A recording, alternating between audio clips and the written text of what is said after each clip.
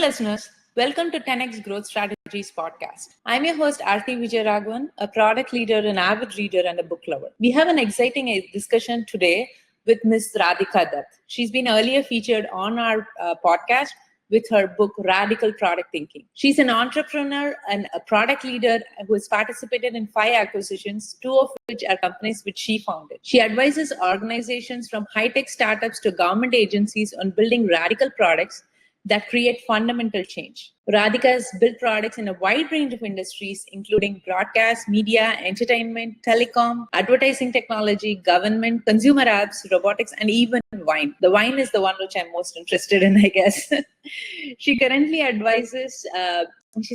advisor to the Monetary Authority of Singapore. She's graduated from MIT with a SB and a master's in electrical engineering and speaks 9 languages. I know she speaks my mother tongue at least, Tamil. Today's discussion features Radhika's new book, which is currently being written on goal setting framework, OHL, objectives, hypotheses, and learning. It's why the OKRs, goals and targets have backfired and what actually works. In this time of change, with people talking about AI, agentic framework, it's very timely on how do we go think about goals and how should we start actually approaching product building. Thank you, Radhika. Welcome to the podcast and very excited to have you here. Hi, Arthi. It's good to be back here again and to see you again. Yeah. Thank you. So what's your main motivation and research and for exploring this topic at this time? Any intrinsic or extrinsic motivations as well? The thing is, I had been seeing for a really long time in my career that every time there were goals and targets, there was always this negative side effect. And, for a long time, I thought that the problem was really, maybe it's just I'm doing goals wrong. Right. And this is what a lot of OKR experts tell you. They tell you, if OKRs aren't working for you, it's because you are doing them wrong. Right. And I was really buying into this, but I kept seeing the same issues over and over, no matter sort of what we were doing in terms of OKRs or goal setting. What I realized eventually is that it's not just me, because after I wrote Radical Product Thinking, where I talk about, how you can be vision driven, write a really clear vision and translate it step by step into your everyday actions, a lot of people reached out saying, I really like what you're saying. I heartily believe in this idea of taking a more long-term approach. But what do I do when my company is so short-term driven? Mm-hmm. And they were saying, a lot of what I actually have to do at work is about hitting those numbers, hitting those targets that have been set for us. So when I have to show those targets and I know that it's very short-term, whereas, I want to take this long-term approach, like I feel stuck. That's when it hit me that, it's not just me facing issues with OKRs. It's really everyone else. And for a long time, it was hard for me to articulate what the problem was. But here is my articulation after a lot of sort of observing what was happening. The biggest issue with goals and targets is what happens is when you have a target, the incentive you create for everyone in the company is to show that, yes, we have achieved, or is to show that whatever this initiative is, it is working, to show that it's green. And therefore, you look at the positive numbers and you say, ta-da, we've done it. What's happening is, even without malicious intent, even subconsciously, you're actually just sweeping away the bad numbers or ignoring them. What you're focusing on is the positive to say, ta-da, look, I've hit those numbers, right, that you wanted. Whereas as a leader, what you truly want is you want your employees to look at those bad numbers, not just sort of ignore them, but to play detective and go like, I wonder, is that a problem? Is that an opportunity? You want them to investigate, figure out what is the puzzle, right? And that's how we actually grow our business. Whereas when you have goals and targets, it's mostly chasing a lot of numbers, but you don't necessarily achieve real meaningful results. It doesn't guarantee meaningful results just to go after chasing numbers. Okay. I was, interesting take on goals and targets. Okay. I've been going back. One of my favorite books is Thinking Fast and Slow. And I've been going back into some of these biases. Mm-hmm. I feel these goals cause actually like anchoring bias. saying, okay, if I hit this, and or if I do say 1 or 2% more, I'm going to get exceeds expectations, and I'm ready for it, right? So have you seen that organizations, I know you are calling them as short-sighted, but are these also causing unnecessary anchors when teams could actually blow things out of the ballpark instead of just saying, okay, we're just going to aim for 10% more growth than year over year? So what is your take on this anchoring effect or some biases which creeps in because of these goals? Oh, definitely. That I definitely see that. In sales, we see this all the time, right? Where you set targets, and if you're doing really well against those targets, you push off some of the revenues for next quarter, right? and Yeah. and the opposite of that is, if the quarter is looking tight, we try to figure out, like, oh, what can I pull in from the next quarter? It's all about sort of managing those numbers, right? And you don't want to go way over in terms of achieving this year's results, because next year's results are going to be expected to be similar. So Or higher. exactly. Exactly, definitely higher, right?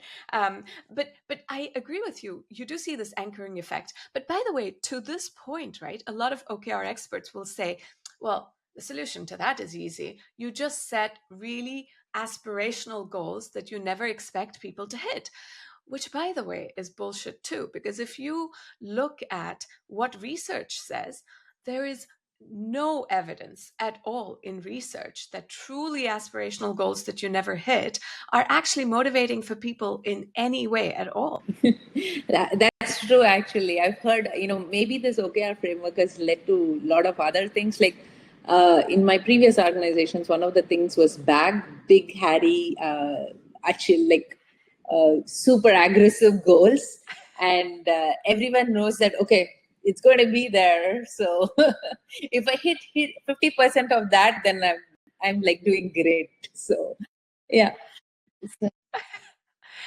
See, but therein lies what a lot of OKR experts will say. Well, that is great. That means you are doing well against OKRs. That means OKRs were working for you.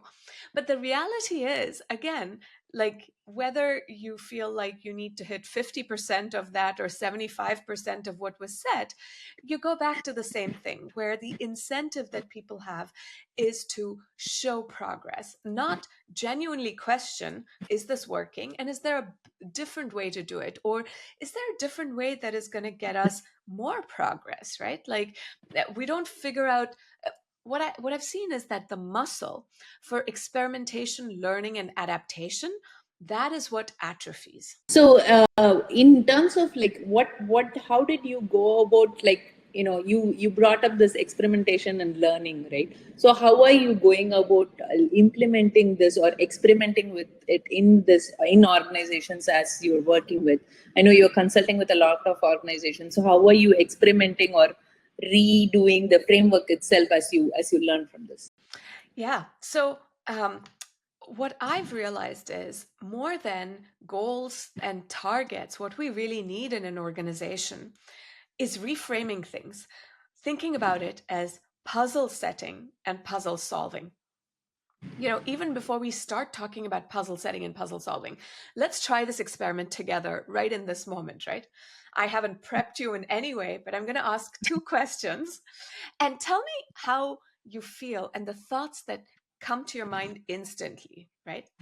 So, the first question is, what are your goals for this year?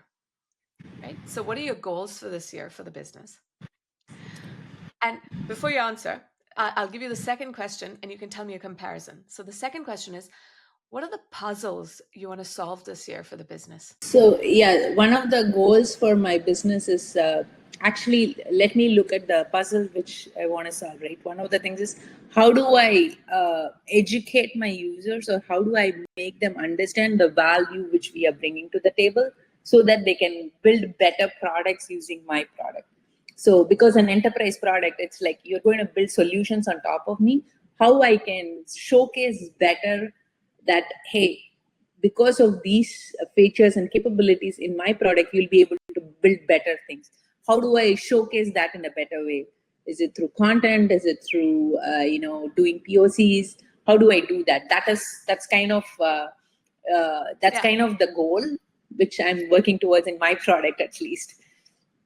And I don't have a number right now in terms of how I'll in terms of it's going to be like 20% or 30% better, but eventually, like, I have a number in terms of, okay, year on year, how many customers I want to increase. Do I want to retain, like, I might have goals on retaining customers or expanding customers or acquiring new customers on three buckets, actually. So in terms of new customer acquisitions, preventing churn, and also expanding growth. So but the question I had was, how did you feel when I asked you the two questions, right? What were the ideas that came to mind when I asked you the question, what are your goals for this year for the business, versus when I asked you, what are your puzzles? It was fascinating for me to see that you wanted to answer the puzzle question first. And I was hearing all this passion about what you want to solve for, the kinds of things that you want to figure out. And then you got to goals, talking about, okay, well, there are these numbers that you would have to pursue, right? But it's almost like there's this anxiety of, what are those numbers going to be, and what do I have to show in terms of year over year, etc. But the excitement was about, like, here are the puzzles and here's what I'm trying to figure out. did I catch that right? Yeah, like, I think I went, because it's like if I kind of know at least the 2-3 areas which I'm going to pursue in terms of puzzles, or how do I think that this will actually solve my customer's problem, then I can go set meaningful goals based on those at least ideas and stuff like that, or areas which I'm going to progress on. So yeah. Yeah. So this is the key that I've found, right? Where we think it's the goals and targets that are going to motivate people. But you can see, even from the short experiment that we just tried off the cuff with you, right? What you are passionate about is the puzzles and the solving part and figuring out the answers, like, how am I going to get better value for customers, etc., right? Like, you had all these ideas brewing. What people get excited about is solving those puzzles. It's not goals and targets that motivate them. So once you realize this as a leader, the question is, how do I harness this, right? How do I harness this knowledge so that I can help my team by giving them scaffolding for puzzle setting and puzzle solving? And so that is the answer that I'd been working on for the last couple of years, and what I've been using with companies that I work with. So it's a framework I call OHLs, objectives, hypotheses, and learnings. But OHL sounds really dry. So I really like to think about it as puzzle setting and puzzle solving. So let's take an example of how this puzzle setting and puzzle solving works.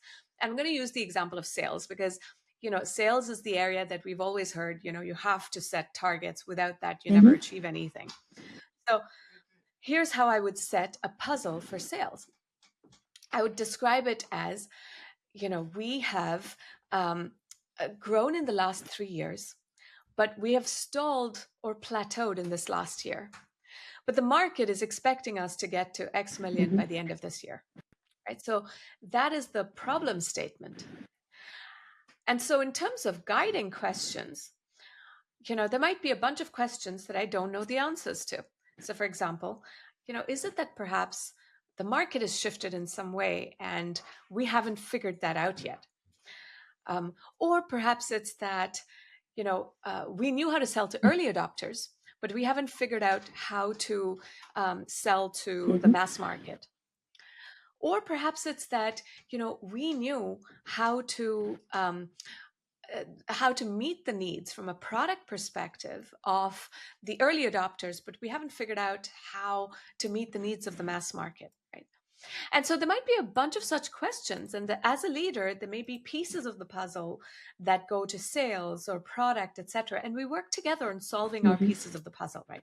So the objective is the summary of this, which is, how do we figure out this puzzle and get back to that growth trajectory? Yeah.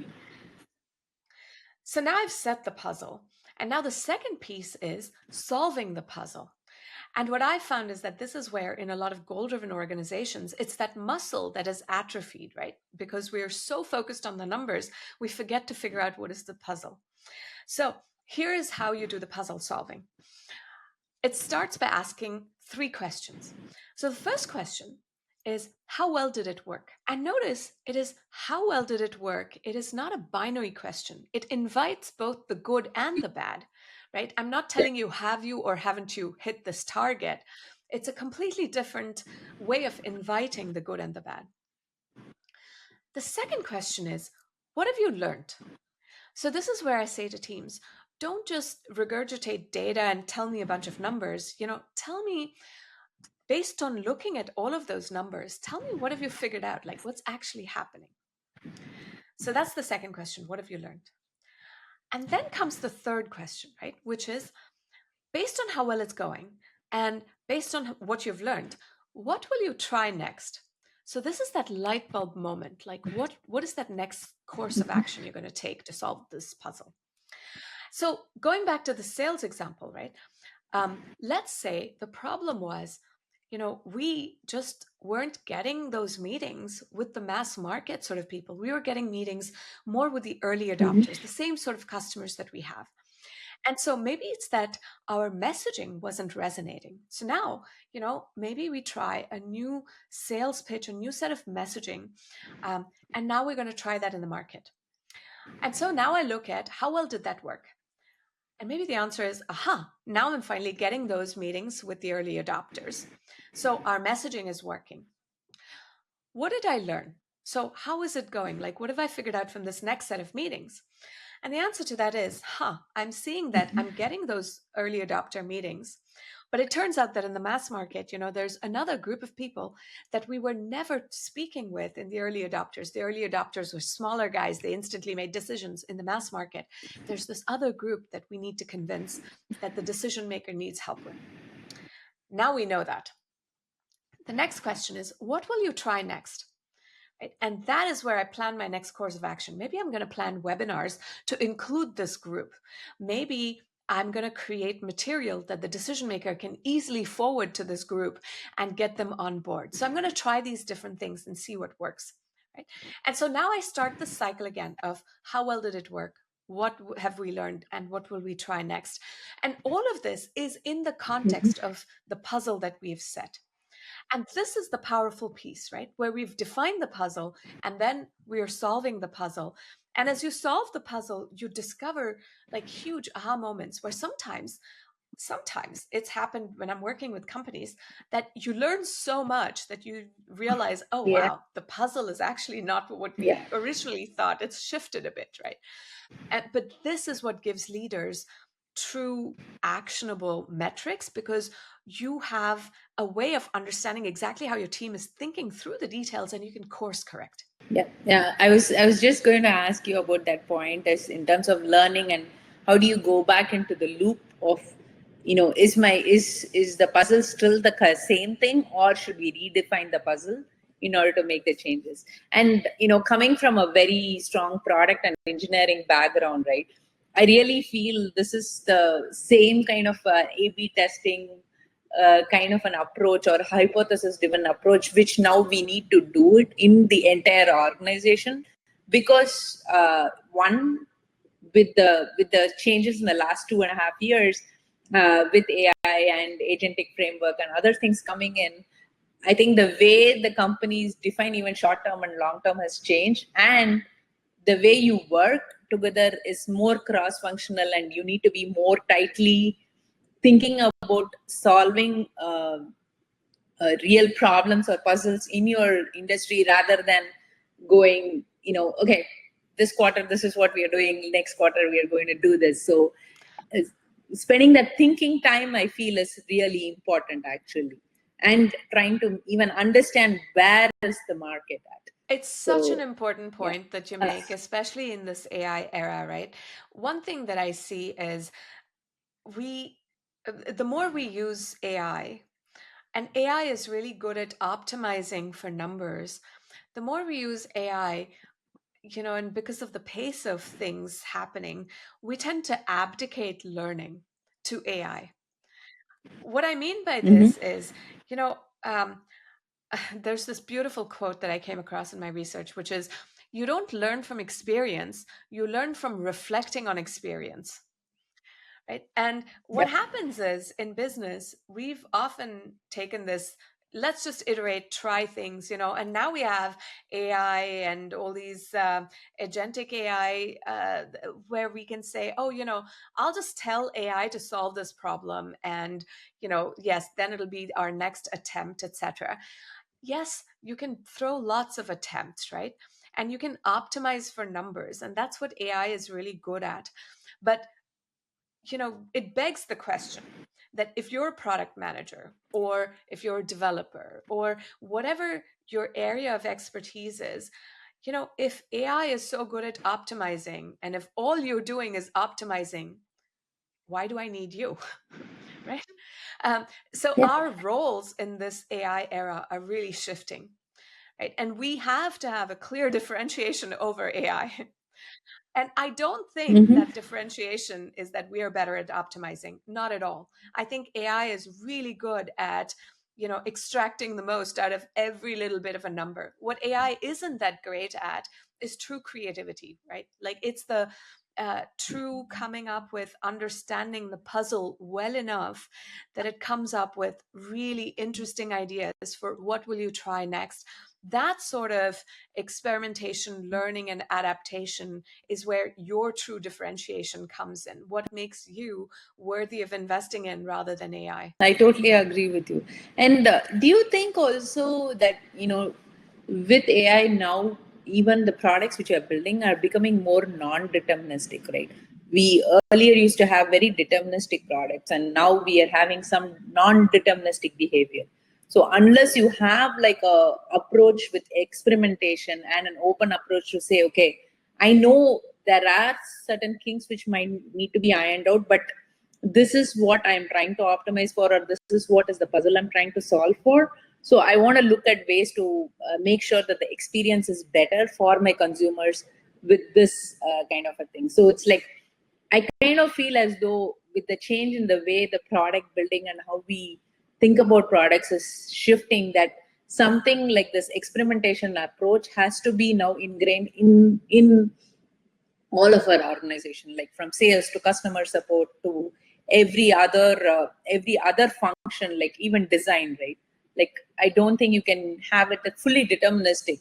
So you might have to kind of have this approach to work with products which are going to be non-deterministic. How do you see organizations trying to even understand that this is a need of the hour in the way technology is shifting itself? Yeah. So I think one thing organizations are so aware of is that things are shifting, that AI opens up possibilities so that we can do things, or try experiments a lot faster. What I think we haven't yet started considering is, it's not just about experimenting. The learning and adaptation part is equally important. So the way I see organizations using AI is often, let's use AI, we build something, and it's going to speed up our experiment. So how do you test if that experiment has worked?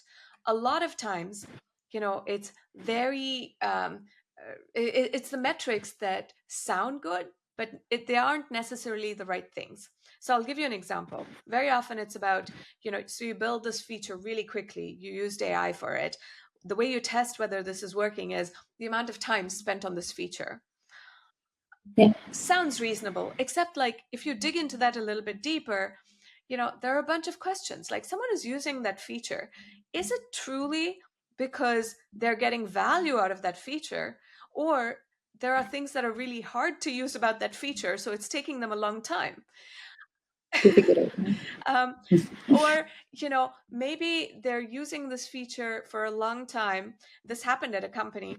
And they go back and forth from this feature to another feature, then come back to this feature, and you think, oh, this feature is so popular because this feature is being hit like every other time. Whereas maybe the real learning should be, let's look at the workflow. They're going from this feature to this other feature and switching back and forth. So maybe the problem is that you should be connecting those features as opposed to making those two separate features, and people are switching back and forth between them, right? There's the problem is we experiment, we don't leave that much space for actually talking through and really in depth talking about the learnings in a collaborative way, discussing those learnings and saying, is this truly the change we intended with this experiment? And then finally, what will we try next? What happens with AI is it's not just that you see content slob on the internet where now, you recognize AI generated content and just it gives me an allergic reaction. It's not just that. It's like there's AI slob everywhere. It's the way we build products, it's often UI created by AI, etc., that feels like slop, It looks good enough. It behaves well enough. And then you start using it, it's like, ugh, it's just so annoying. So what I fear is that we're moving towards product thinking that is AI slop, which is middling, just average products, but that becomes a way of thinking, and that becomes good enough, right? And this is where what I would encourage people to think is, what is the legacy you want to leave behind, right? Don't abdicate that to AI. Don't give in to that sort of AI slop, whether you're building products or whether you're doing writing, etc. Yeah, you have to get your own secret sauce or something, not to one up that thing. So yeah, I totally agree with that. So uh, the other interesting thing when you shared with me the excerpts is like performance reviews, right? Which lean heavily on targets, right? Like I know it's people are coming to the fourth quarter and they're going to start thinking about all of those things. So how do you think that this OHL framework is even thinking about performance reviews and into performance? You know, is it like am I just going to showcase that I hit the numbers and I'm done, or how do we actually both extract more from the human who's in your teams and also start planning for a long term for my organizational growth and also even people development? How do you see this framework in terms of performance evaluation? Yeah. So, and there are two aspects to this. There's the performance evaluation, and I like that you brought up Q4 and planning for the next year. So let's cover both. So in terms of performance evaluations, this is something I get really passionate about because, a lot of our thinking in the corporate world is that we are so focused on evaluation, where the reality is we should be thinking more about performance development rather than performance evaluation. Right? Because what happens is right now we are so obsessed with quantifying performance, being able to say, you're a 5 or this other person is a 4 or a 3, right? Like, and if you ask, like, why am I so obsessed with quantifying performance?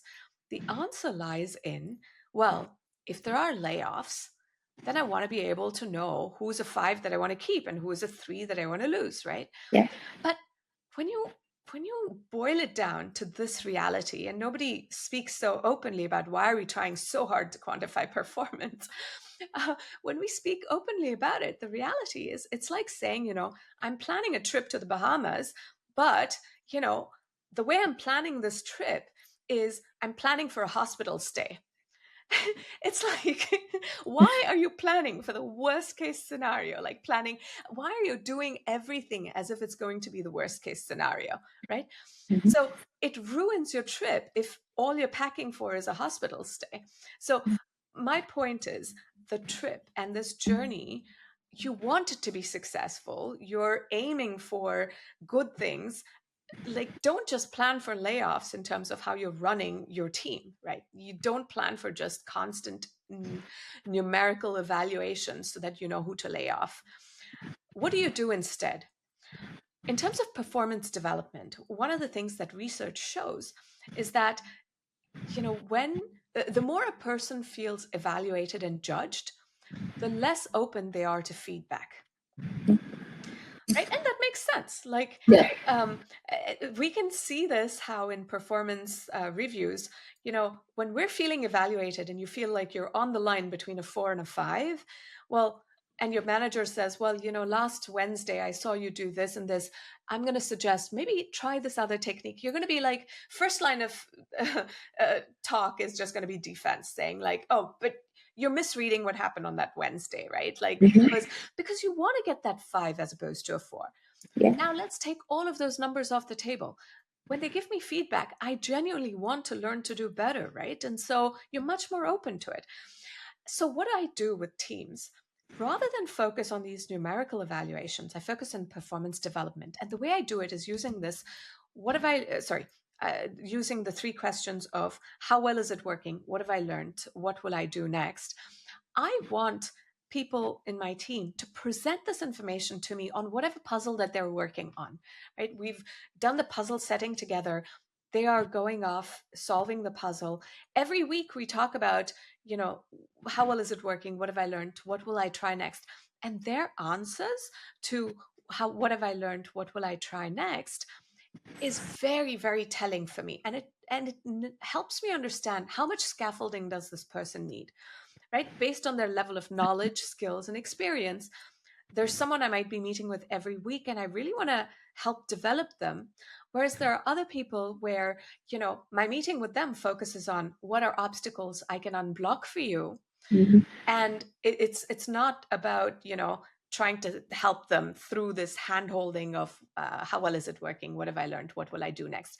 I give them bigger puzzles, off you go. Tell me how I can be of support for you, right? So this is what we really need as leaders, to think about this mindset shift from performance evaluation to performance management, performance evaluation to performance development. And this is how we can truly develop people. Yeah, I totally agree with you. And I think the other thing which you brought up was like, after people get a rating of 5 or something, like maybe they also have fall into this complacency bias as well, right? Like, okay, I'm a 5, I'm perfect, I don't need any development, but maybe the market is shifting, the puzzle is shifting next year, it's totally different thing. So in my evaluation or performance development plan, if I'm going to evaluate with the 3 questions you suggested, even for a 5, I'm thinking about what next, what are they going to do, or what is the thing which I want them to focus on, or what are the things which I need help from them to solve. So they are much more invested in coming with me through the journey, which is a much better experience than making sure that I'm not in a hospital stay. Oh, but I love what you said, because, this is what the CEO of a company that I've been working with said to me, that, with OKRs, one of the things you're constantly trying to do is to get buy-in.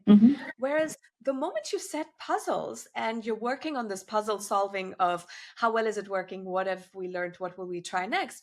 There's already buy-in, because we are collaboratively talking about what have we learned? What will we try next? And that buy-in is so inherent to the entire process, and you're not feeling evaluated. I'm not working against you. It's not like, I want to hit my OKRs and you ask me for help and I'm like, listen, I got to hit these OKRs, right? How many times have we seen that? Yes, stakeholder buying and negotiation, and trying to make sure that during the OKRs, you're adding one line to make sure that your OKR is cross-functionally aligned, all of that. So I get that actually a lot. So much bullshit that we have to deal with, right? And like how much you have to try to figure out, how do I make sure that teams are not competing but collaborating, right? Like you sort of do away with all of that with puzzle setting and puzzle solving. But maybe I guess this is where we can talk about strategic planning. Maybe Arthi, you can start with some of the key problems that you see happen in strategic planning, and then we can talk about OKRs versus OHLs and sort of what I've learned. Yeah, I think the one of the things which I've always felt in strategic planning is the either you're going into the planning session with kind of a pre-made strategy, and you're not spending enough time in what you said, right? You're not spending enough time thinking about the problem. You're not spending enough time uh, understanding, like, hey, is the market shifted? How are we going to change it, right? Like, for me, I would, even, when you go discuss the strategy, typically people are going with themes, saying, hey, these are the themes I want to work on, or this is what we want to focus on next year. But maybe doing that 1 or 2 days of the session, or 1 day of the session, to think about, let's look at the green field, let's look at what should be done before we come up with the themes, or before we come up with the puzzles. In your case, I think that is where, for me personally, I've always felt like, you know let's do that thinking time and then come to the themes and the planning exercise, and not straight jump into the planning exercise when you're doing the workshop. That's where is my head at. Like, how are you thinking about this framework with the planning exercise? I love what you just said, like, about thinking through the puzzles and what are we trying to solve for this year, right? And I feel like that's also a less contentious exercise. I'm not even setting goals. I'm not trying to say anything about, what numbers we're going to achieve, etc. It's really being collaborative about talking through what are the problems we see in the market, or what are the trends we're seeing in the market, opportunities, and like what puzzles do we want to solve for in the business. And then the second piece of this is um, once once you've set those puzzles, how does that translate into initiatives, right? And those are the initiatives that, in the strategic planning phase, if we think through what are the initiatives that will help us solve each of these pieces of the puzzle, and then agree on not necessarily goals for each of these initiatives, because that's the trap, right? Because we set these goals from a place of knowing. We say, we're going to do this initiative, and it's this long-term initiative that we might have that might last like 3 years even sometimes, right? And then we say, okay, in the first year we want to see X percentage growth, and then next year X percent more, etc. The problem with this is it comes from a place of assumption and knowing that this is the right initiative. Yeah. What if we don't even know that this is the right initiative? Maybe, Yeah. maybe even part of the puzzle is figuring out, like, is this the right approach to solve for this puzzle? And, the first step might be just trying out a small test out of that initiative. And then, planning what you're going to do next from it. So, my point is, rather than coming at it from setting numbers, thinking about a process for how will I bring the whole team along in terms of how well it's working, what have I learned, what am I going to try next, who needs to be involved, how will we go about, solving that puzzle together, like who's taking away what piece of the puzzle, and how will we come back and talk through this. In one company that I'm working with, we're planning strategy meetings on a monthly basis, where different parts of the organization have been working on parts of the puzzle. We come back and we all need to talk about, here's what we are learning, collaborate in these meetings on what we're all going to do next, right? So this is one way you can approach it. The one other thing I'll say is, for a lot of leaders listening to this, you might say, wow, this sounds like way too big of a change. And, this is like asking me to step into the unknown from the devil I know of OKRs. Yes, I know it's not perfect, but, not having OKRs just gives me the creeps, or like, this is way too Yes. scary. So the answer to that is, I do empathize, right? Because, and there is another way that is less scary. The empathy I have is that as a leader, you don't know how well your team is able to do puzzle solving, whether they really have this ability to look at numbers and ask these questions: how well it's working, what have I learned, what will I try next, and be proactive, diligent about measurement, etc. So when you don't know that, it's hard to sort of let go of OKRs. So my suggestion is, you don't even have to take a dramatic step and not do OKRs. Like, fine, continue doing what you're doing, but know that every time you're making someone feel evaluated, that puzzle mindset is weakened, right? So, but knowing that, just introduce the puzzle setting approach. And the way you can introduce this is by taking an initiative from last year or during this year and talk about what you as a leader can share in terms of, how well did it work? What have we learned? What are we going to try next? And by role modeling this for your team, you're helping them see that there is space for sharing the good and the bad, for sharing learnings and planning next steps in this collaborative way, right? And so you present this as a leader, introduce it to the team. And by the way, if you're an individual contributor, don't let it stop you. Like, start by doing this yourself. Like, you could use this approach of how well is it working? What have I learned? What will I try next? Use this to communicate with your manager. Start by yourself, by the way, in the safe space, just with yourself. Practice this. Communicate this with your manager or with your team, right? And then you can start to use this more broadly, and you'll see that it creates much more interesting discussions and insights. There is a need for psychological safety, but we can get into that. Yeah. I really like this approach. And what you said, one other thing is, like, strategy is not something like, okay, we set it for 2026 and you're done, but it's something which you have to keep working on and think about it probably monthly basis, at least with the current pace at which things are going on, so that you constantly evaluate, am I funding the correct things, or am I even looking at the correct problems to solve? And what are we learning, and should we pivot? I think that kind of an approach to constantly learn and reiterate has to come in. I think that muscle has to come into organizations, actually. So yeah. So what's next? What's your plan? And do you want to talk about when is the book coming out, or what's next, and how can people be with you on the journey, actually? Yeah. So I just want to address one thing you said before we talk about the book. Yeah. What I found is it's really this focus on experimentation, learning, and adaptation that drives real results in the business.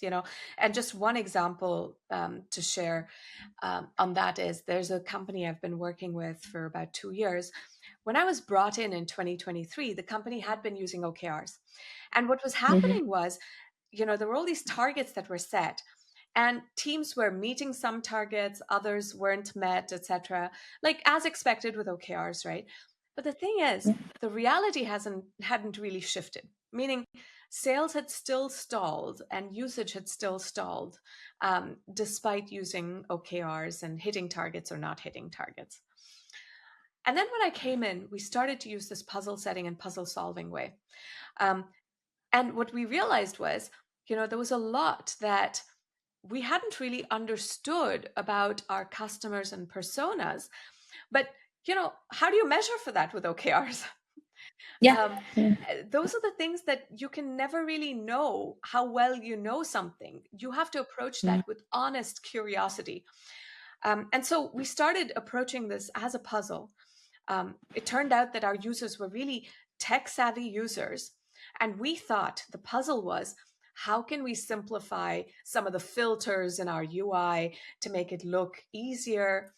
When we actually started solving the puzzle, we realized, actually, let's not use filters at all. Yeah. Right? What we realized, the puzzle was actually very different altogether. To attract the non-tech savvy users, those who didn't like tech, we needed to completely rethink our mental models. They weren't the kind of users who think in filters and how am I going to filter this list. It was a very different sort of users. And so as we started solving this puzzle, we doubled sales year over year, 2 years in a row. And we reduced customer churn from 26% to 4%. Right? Wow. That is a huge change that we had never gotten anywhere close to with OKRs. OKRs, I love this Irish saying. It goes, you can weigh the pig as many times as you like. It's not going to fatten it anymore.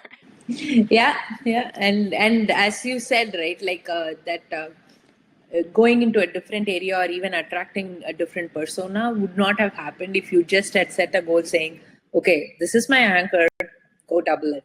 Or people would have said doubling is not possible with this, we don't have the market for this, or with this customer base. You wouldn't have gone to that non-technical persona at all if you had been anchoring on the technical persona alone. Oh my gosh, that is such an important point. You're exactly right. That was exactly what was happening too.